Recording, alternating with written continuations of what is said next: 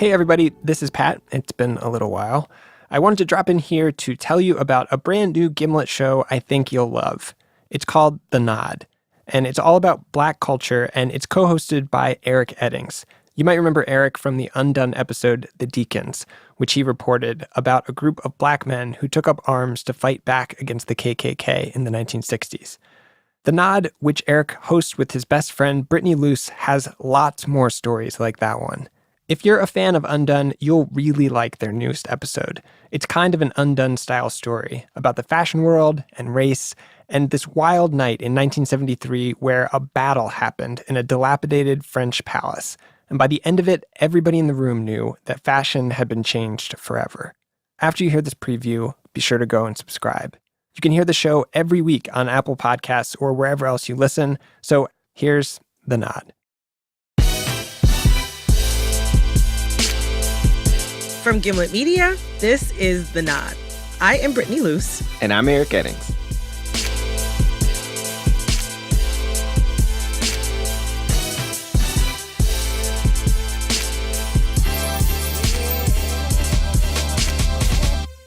So, Eric, if I tell you to name some famous fashion designers, like what names come to mind? Ralph Lauren. I mean, Uniqlo. Uniqlo is a store, Zara. not a person. Zara is also a store, not a person. No, like Gucci. Yeah. Gucci is a fashion designer. Yves Saint Laurent or YSL. Yeah. True Religion.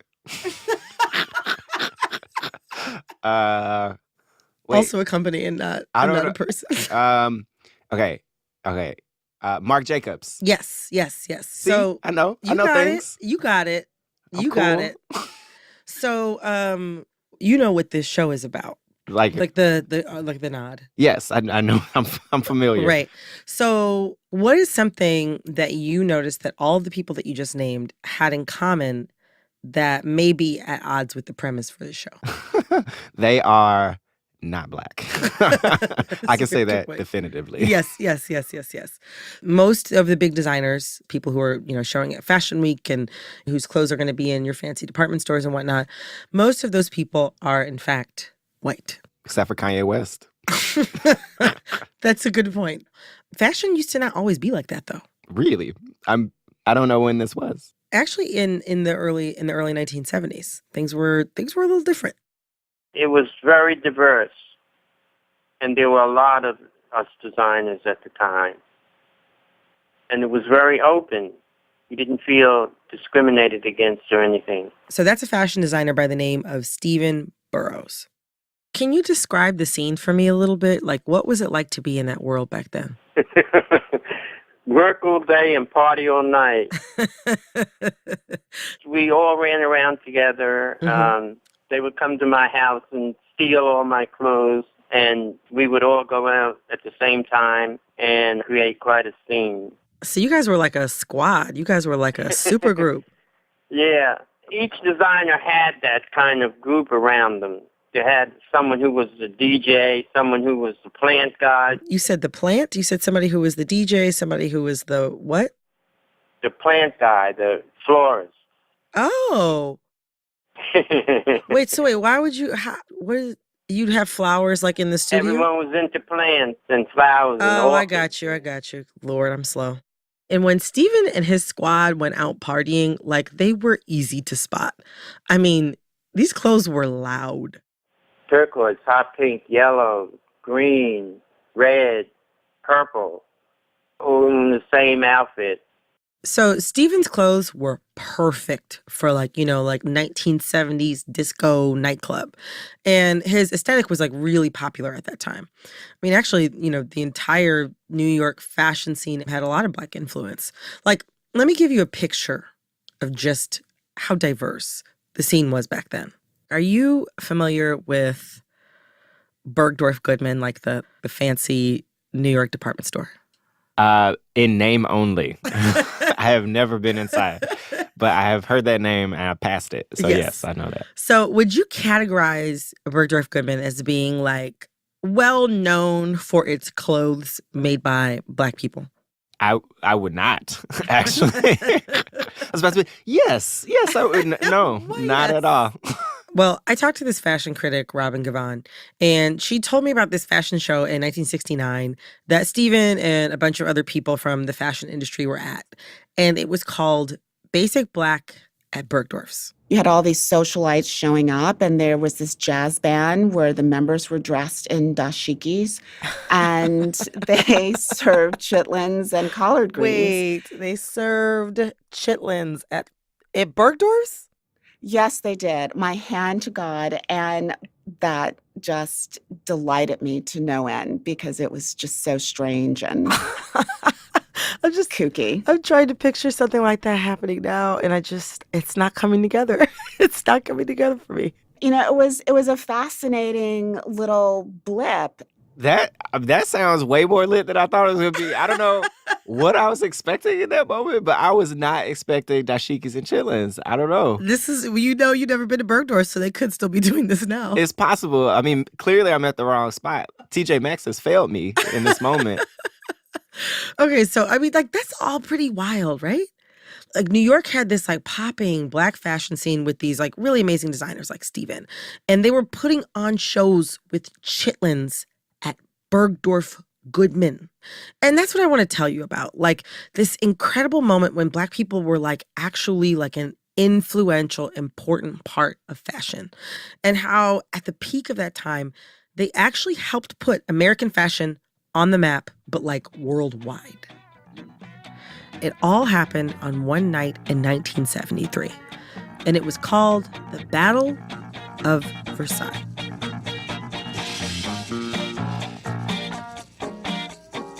Okay, so in order for me to tell you this story, you first have to understand a little bit of where exactly the American designers were on the fashion food chain, like internationally.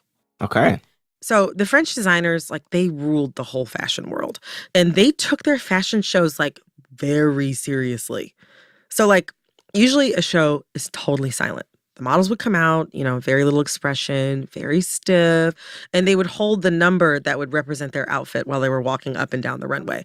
So it's not like America's Next Top Model. It's not like Okay. America's Next Top Model. Because that's good. Yeah, no. So like, the Americans were kind of like new to the whole fashion industry in the 1970s, whereas the French, they had a long history of dominating the fashion world. So you're familiar with the Palace of Versailles in France? You've heard of it, maybe? I've heard of it. It's where like French royalty lived like way, way back, like Marie Antoinette. Let them eat cake. Right, exactly. She was living in the Palace of Versailles. She was like a huge trendsetter. She was like, in a way, the Rihanna of her time. And so like, as a result of her being who she was, Versailles kind of became like the epicenter of French fashion. Okay, so like now, like the Palace of Versailles is like, one of France's like most popular tourist attractions. But in like the 70s, like it was like long overdue for some major repairs. Like it was just jacked up. And so the French were trying to raise money for this huge restoration project.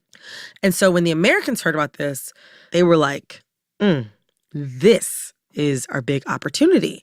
Like, what if we organized a benefit? We get the American designers and the French designers to come together and put on a fashion show at the Palace of Versailles. The French people can raise their little money, and the American people can finally level up. Get some shine. Exactly, get some shine. So the Americans brought up the idea to the French, and the French were like totally down. Here's our fashion expert again, Robin Givhan. They did not particularly see it as any kind of competition because they didn't see the American designers as being competition for them. So they weren't even on their radar, basically.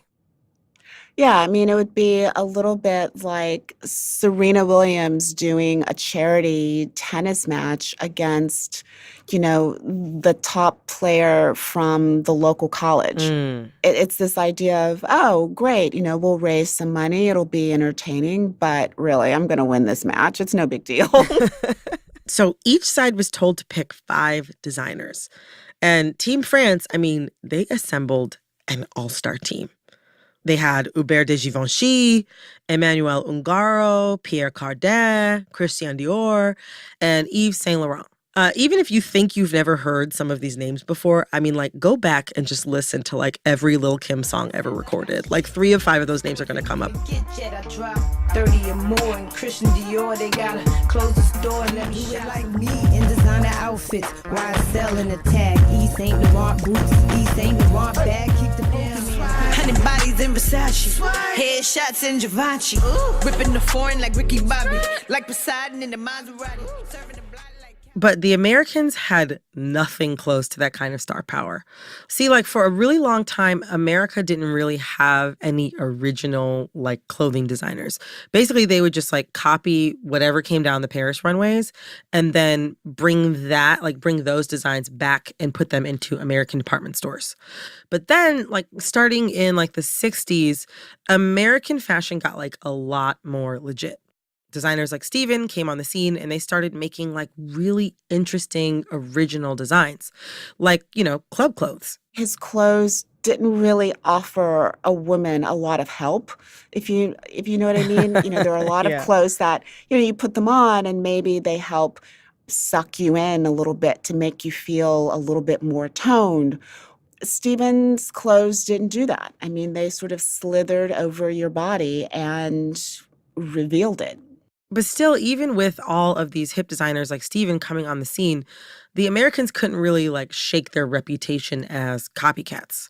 So they saw this show at the Palace of Versailles as like their chance to kind of like prove to the world, like, hey, we know what we're doing. We deserve to be here. So the Americans decided to put together a little dream team of their own. You know, and some of these designers are pretty famous now, but back then they were like really fresh to like the fashion world. They had Halston, Oscar de la Renta, Bill Blass, Anne Klein, and of course, Stephen Burrows. Here's Robin again. You know, I mean, he was the hot, buzzy young designer, and he wasn't inspired by French fashion. He had no hangups about having to prove himself in comparison to French designers. It kind of sounds like Space Jam. Am I? No. It's kind of like the Americans are kind of like the Looney Tunes, like maybe the underdogs. This guy from Jersey is Michael Jordan. He's Michael Jordan, case. Exactly. And then the French people are the Monstars. I wasn't too up on who all the French were, so I only really knew about Saint Laurent. Yves Saint Laurent. See, Yves Saint Laurent didn't follow the rules of French fashion, which was appealing to Steven. Steven didn't care about French designers or society life or anything like that. He got the inspiration for his clothes from like his life, just being a young guy in New York City. And he was really inspired by all the black models that were working in the industry back then. Black girls were dominant in New York at the time. They just were more exciting, more museful. I'd have to say museful. One of Steven's muses was a woman named Beth Ann Hardison. What was the role of the model in fashion in the 70s? The fashion model, and especially the runway model, she was queen. I mean, she was the one who basically, you know, helped deliver what was being seen by the world.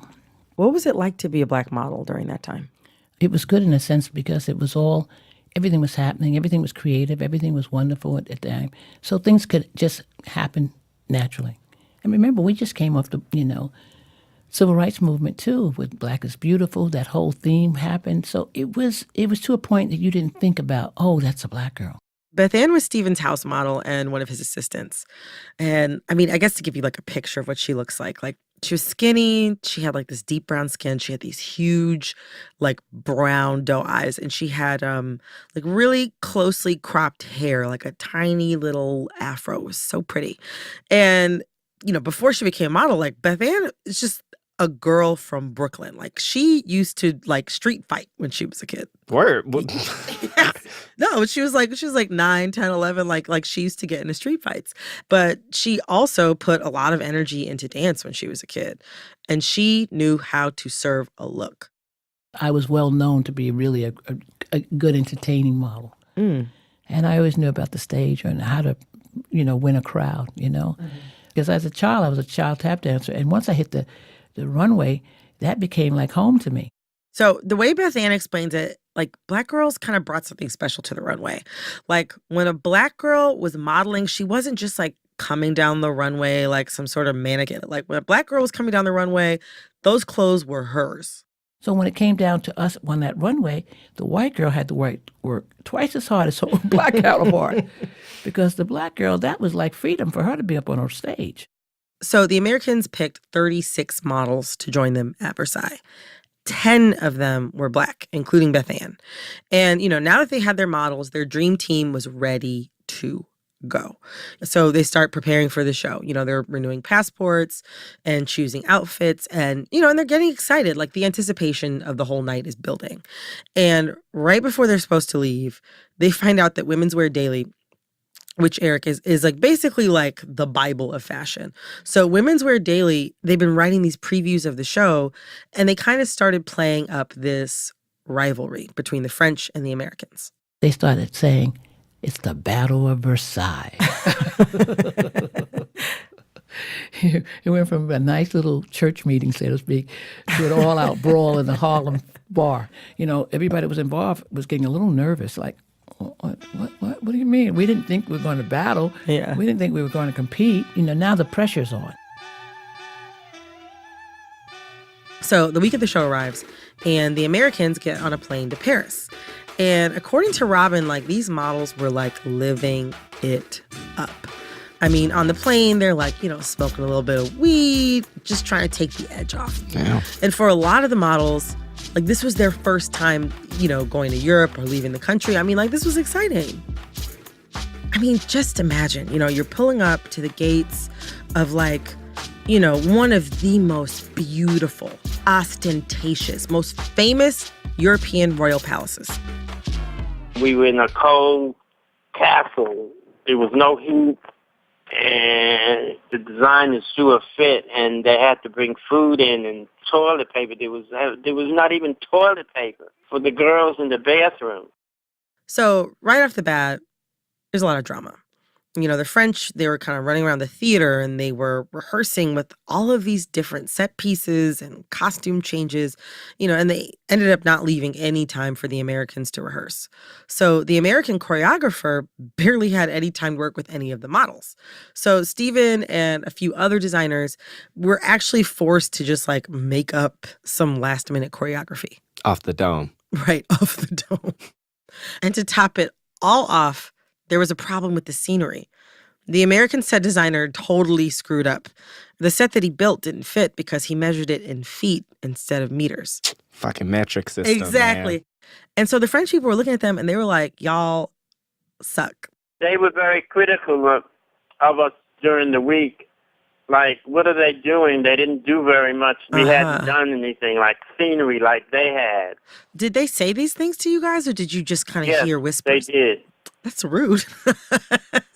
It's rude, but it's very French. So things are getting pretty tense at this point. But they could see my, my calm, and they were counting. They kept saying they were counting me, which puts more pressure. I knew that what we had was good, for all I knew. Mm-hmm. But you don't know what the other guy has, but you know that whatever they've always had has always been brilliant. It's not looking good at this point. It's not looking good. All right, so Team America has no set, no moves, and no time whatsoever to impress a bunch of stuffy French people. How in the hell are they going to pull this off? You will find out right after the break.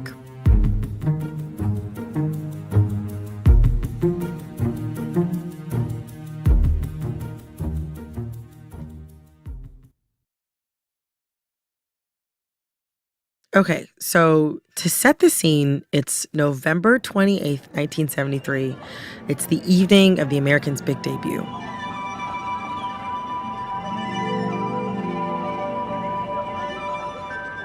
It was actually quite a sort of romantic and dramatic night because there was this very light snowfall. And as our fashion expert, Robin Gavon, was telling me, all these lavishly dressed high society guests are like basically just gliding into this beautiful theater.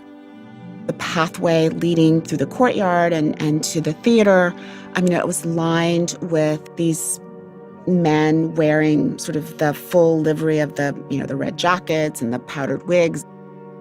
All the women were wearing designer gowns from people like Madame Grey and Saint Laurent, and there were incredible jewels that a lot of these women, had pulled out of the vault. Some of them were wearing tiaras. I mean, they really pulled out the stops.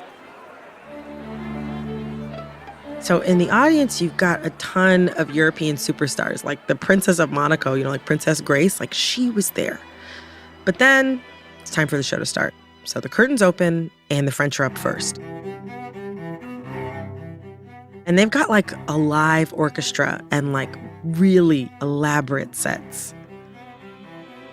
It all starts with this Cinderella theme, and there's this giant pumpkin carriage on stage. They had performance after performance after performance after performance. I thought they were going to shoot somebody out of a cannon after a while. It was so much going on. We were like, whoa. It was kind of like a Broadway show, like very over the top. And even though the show itself was over the top, like the models were a little more subtle. Like they were kind of more like statues in motion, just like showcasing the clothes instead of like characters. I mean, and they had this show planned out to a T. Like they had Josephine Baker come out and sing this song about how much she loved France and France was her country forever. That's shade because Josephine Baker is actually American. Yes. Like, that's a little dig. Even I thought that see was shady that. too.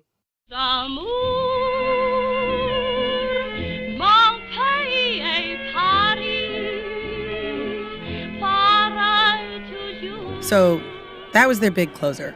The whole show overall lasted for almost 2 hours. And there was an intermission, the sort of blissfully boozy intermission, which had them close to, midnight practically. And then it was the Americans' turn to perform. So the Americans, they didn't have a live orchestra. Their music was on tape, and it was all reel to reel. Once you turned it on, that was it. And so there were built-in pauses to account for when one designer's show would end and the next designer's presentation would begin. But if anything was off, if models failed to walk out at precisely the right moment, you could end up with everything kind of going awry. So one of the other American designers goes first, and thankfully, none of her models messed up the music cues. And then it was Steven's turn. What did you tell them in terms of how to walk, like how to move down the runway? I didn't have to tell them anything. They knew. That's why they were there, because of the way they walk. How did they walk? Oh, strong, confident, sexy, having fun, smiling. You just would send out girls one by one, and then all the girls walk forward to the stage front and start voguing. Of course, we didn't call it voguing then. It was just posing. Lift your arms and throw your hip out. It's just showing off in front of a group of people. So Steven's models are wearing his signature bright body-hugging clothes. And they were twirling and voguing and posing and jutting out their hips. I mean, it could have been the club. And one of the last models out was Beth Ann Hardison. This is the Brooklyn girl, the tap dancer, the street fighter. And she is wearing this gorgeous, sun yellow gown. It reaches down to the floor and it extends way, way back. It has this long, long train. And it's not like, Steven's usual jersey fabric. This is silk and it's woven. It kind of has this a couture feel, but it's something completely new. She was ready to make a grand entrance. Unlike the classical music that the French used, the Americans made the decision to bring in regular people music, the music of the moment, stuff you'd hear at the club. Songs like the Creative Source cover of the famous Bill Withers song, Who Is He and What Is He to You? And I came down, coming down fierce. I came down to win. I came down to let them know that we were here. And I mean, in every step I took, I rumbled. I could hear a drum, the beat of it was almost like I could hear percussion in the music. And I used that percussion that way I walked. I could hear the melody now in my head, and walking to it. In Stephen's presentation, all our dresses were done with trains. And he had a pinky holder where we had it on our fingers when we walked. And by the time I got to the end of the stage, I threw mine down and stared at the audience until I wouldn't move until they felt the experience.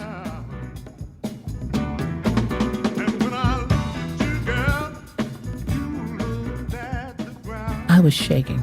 Tears were in my eyes when I stood there, but I knew the purpose.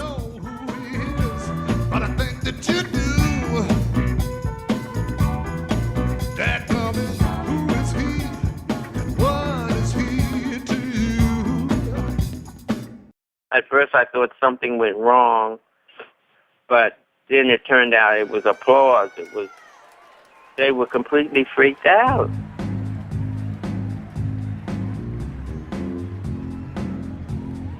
And that's when they started to stomp their feet and, bravo, bravo, bravo.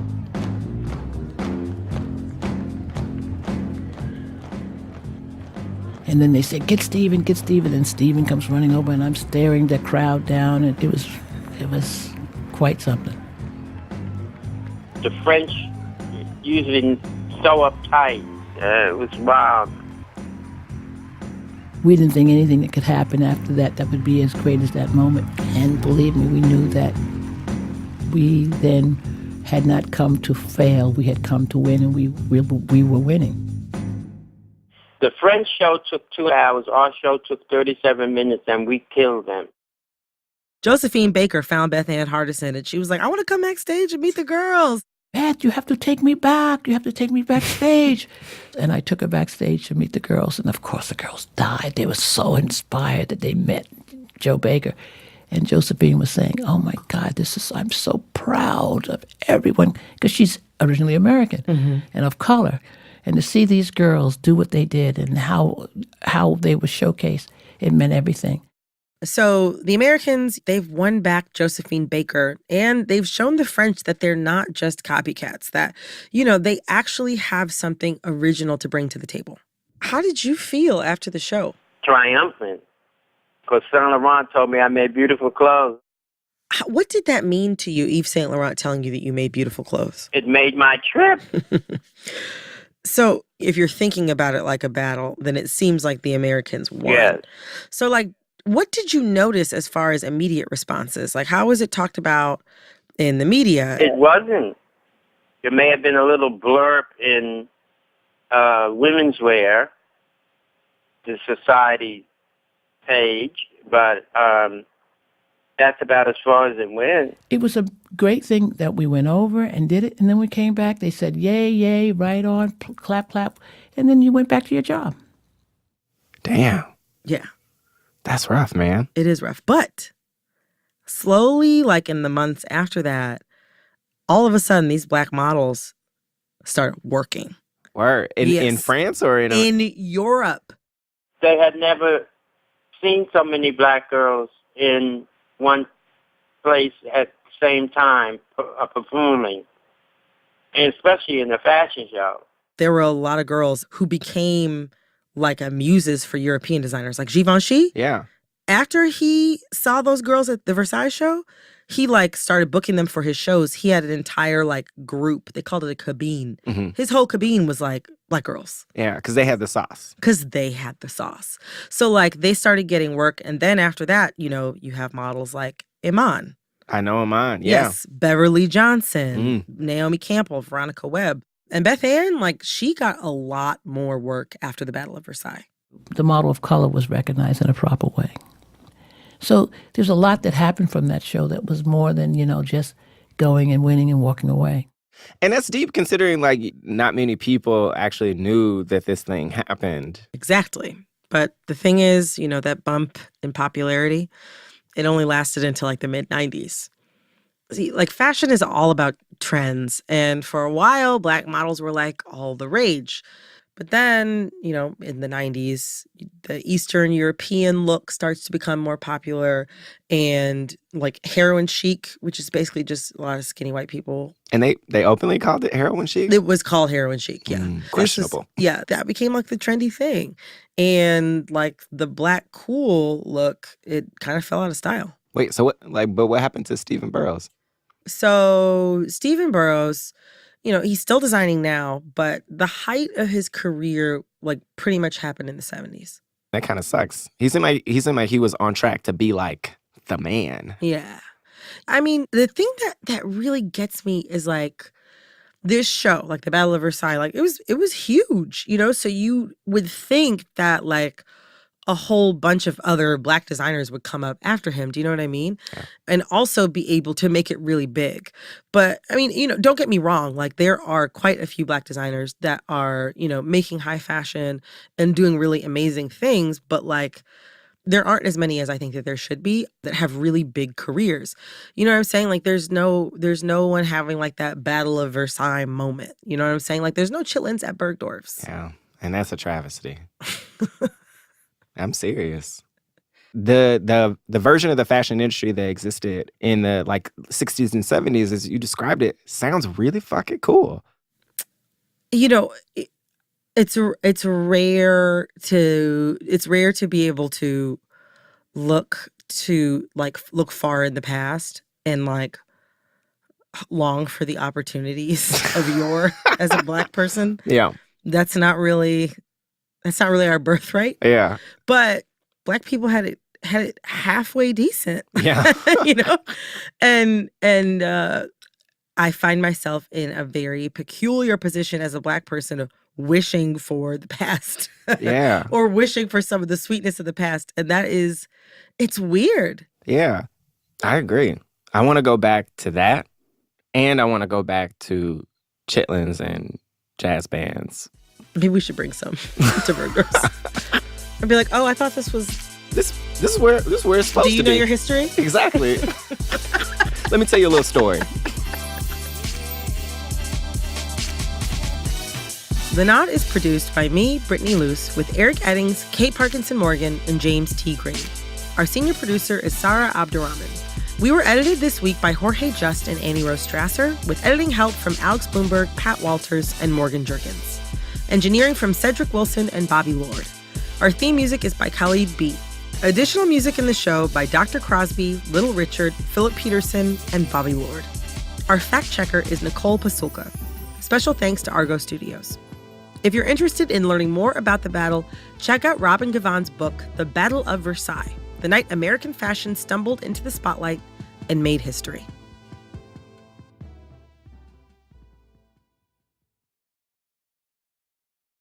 After the Battle of Versailles, did you start to see more of your own influence in the fashion industry? Yes, well, a lot of people got into knit, color, and sexier clothes, which today is the reigning thing. Yeah.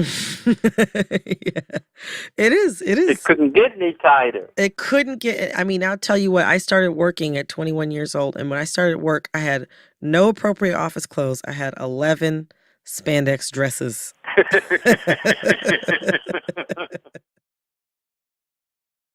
Eric? Yes. I want to be a pretty decent DJ.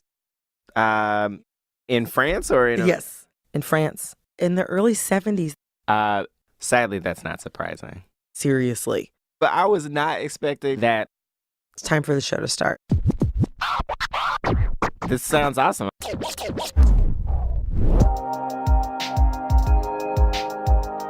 Sounds really fucking cool.